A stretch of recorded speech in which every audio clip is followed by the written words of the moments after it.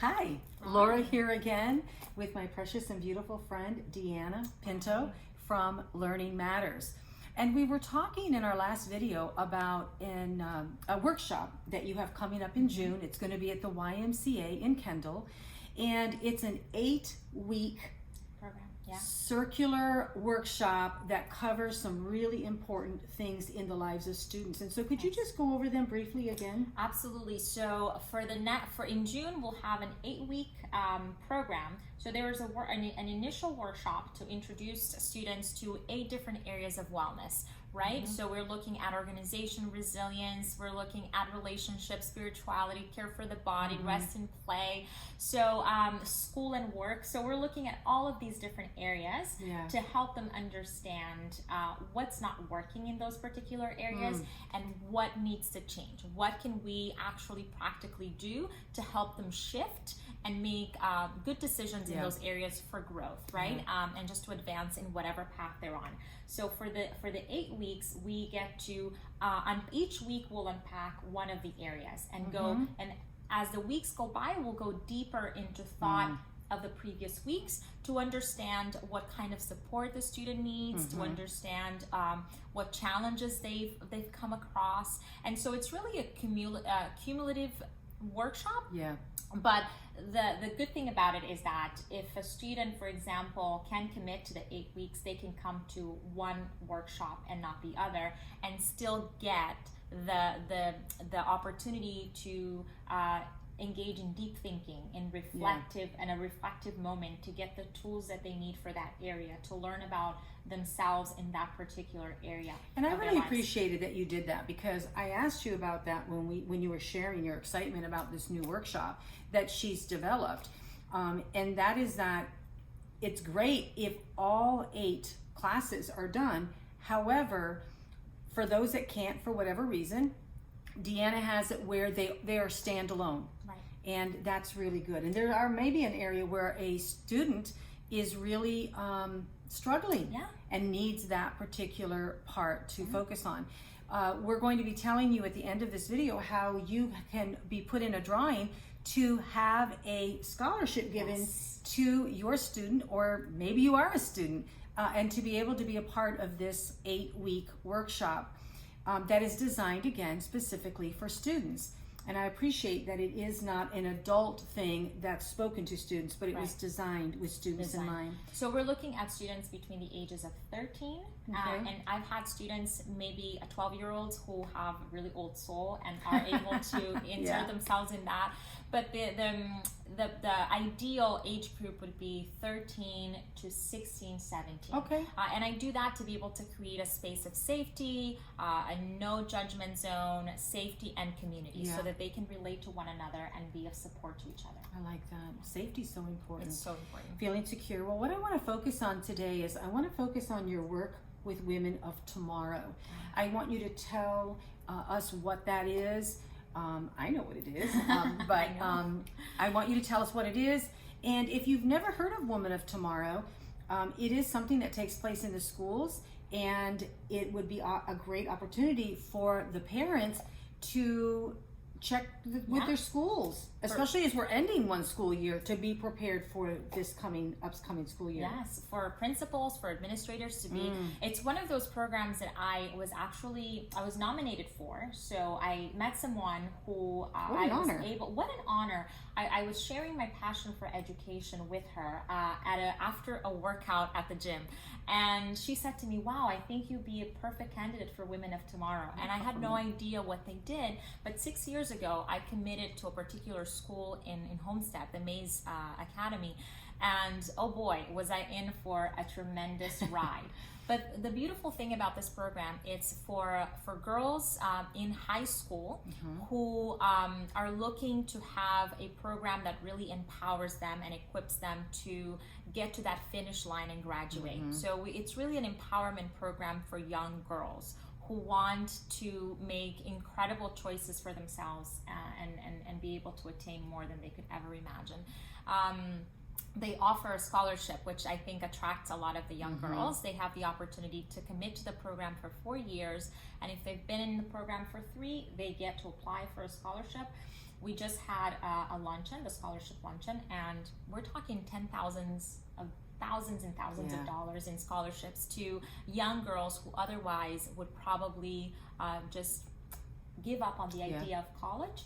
For them, there may not be any other way. Right. What's interesting is that to get the scholarship, you need to be there at 4 years, right? 4 years. But don't let that hold you back. If you're just finding out about this and your student only has another year or two, they can still become a part of Women of Tomorrow. Now, I'm going to tell you from my own eyes, I served with her for 2 of those school years, so I can tell you what an impact this has on young women. And Deanna's going to share with us some of the challenges that she has encountered, you know, of being able to be a resource for these young women. We got to remember that some of our young people, they are dealing with horrendous challenges at home. And the only place of encouragement they may be hearing, you can do it, is at a gathering of Women of Tomorrow. So I was really, I want to say grateful to do that with you. I mean, you were, I was just your sidekick, and you know, I was your sidekick, You were not. but I was an eyewitness how hungry these girls are to hear someone say, you can make it, and to know that they might have an opportunity for a scholarship. So share a little bit with what is Women of Tomorrow and what keeps you going back year after year. Yeah. So I love that it's a mentorship and a scholarship program. And mentorship, it's so important. It's been super important in my life. You have been a mentor of mine for 5 years. She does not want to accept it, but she has no other choice. And mentorship, it's really having somebody who's already gone through it and can offer guidance. It's really about guidance and holding a mirror for us and being able to tell us what we are actually capable of doing. That's a great definition of mentor. Thank you. Yeah? I'm not going to run away from that so much. Don't run away from it. Accept it, embrace it. So that's what you're doing, is you're going in and you're mentoring them. So I get to go, I meet with them once a month. So the program is, it's built around having highly accomplished professional women come in and serve young girls through the 4 years and provide resources, academic and non-academic resources, to really increase the likelihood that they will graduate high school and go on to post-secondary education. I know that in my school and in my group, we now have about 32 young girls, and we started the program with 19. So they get to apply for it. So they're hungry for it, because they're not just offered the program, but they have to apply to become part of it, right? Yeah, it's like an interaction. It's an interaction. It's a relationship. Yeah, they have to really commit. They have to buy into it and commit to being there in terms of participation, in terms of responsibility. They have to keep up their grades. So it's an accountability program, if you will, too, because in order to be part of the program, there's a certain standard that has to be met, right? And I love that, because some of our girls really need the push. We've had incredible stories, and I remember, for me, seeing the girl, you know, you remember probably one of the girls. I won't reveal the names, but she told me, and I was very delighted to hear. We had a girl who got the scholarship, is now off to college. We've had young girls who unfortunately had addiction in their lives and had health crisis in their life and had abuse in their life, and yet they did not miss a single session, went on to get scholarships and went on to graduate high school and are now in college we have a soon to be attorney, right, in the next 7 years, but she's now in college. She wants to become an attorney. We have young girls who are dealing with medical issues and couldn't make it to school, but yet they would make it to Women of Tomorrow, to our gathering. So it's really important to them, and I think just to be able to hear somebody else, we bring speakers, we are able to take them on field trips. So give them some examples of the speakers that come. From any walk of life. We really enjoy bringing in anyone that can be of service to our girls, that can offer professional advice, that can offer coaching advice, that can offer academic support. They come and talk about scholarships, they talk about internships, they talk about what it means to dress for success. I mean, the possibilities are endless.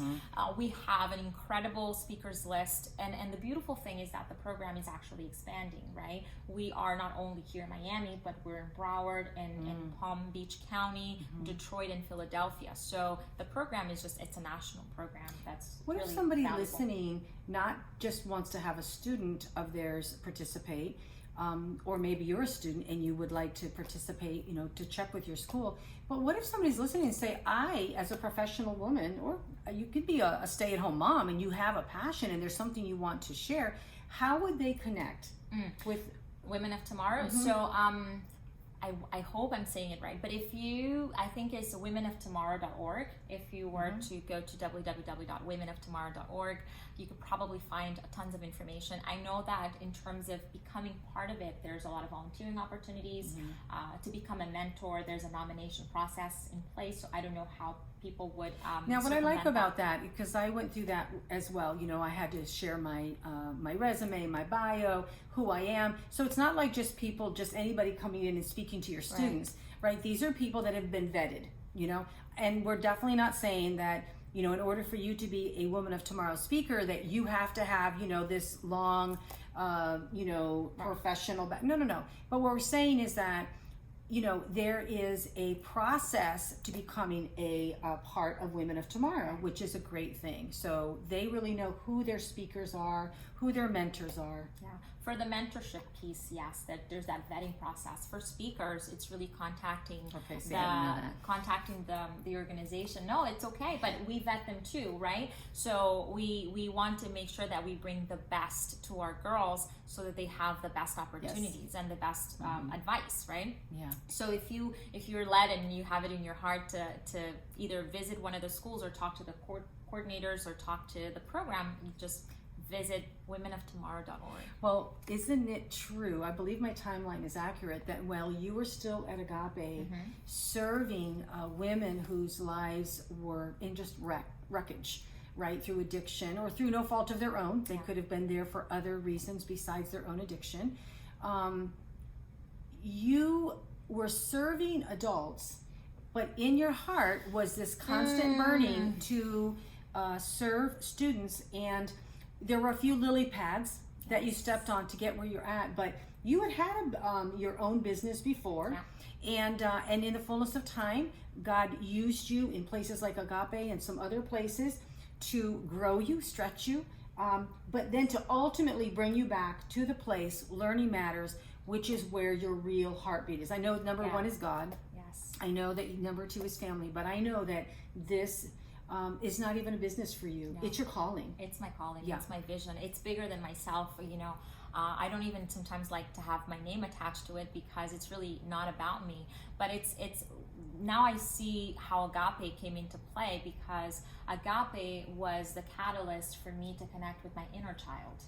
And so being able to recognize the things that my inner child needed and how could I as an adult, and I think that's really the root of addiction and the root of a lot of the problems, is just children create a belief at a very young age of their world, and they create a story of what life will turn out to be, and then we spend our entire lives playing out that story, and sometimes that story is just not true.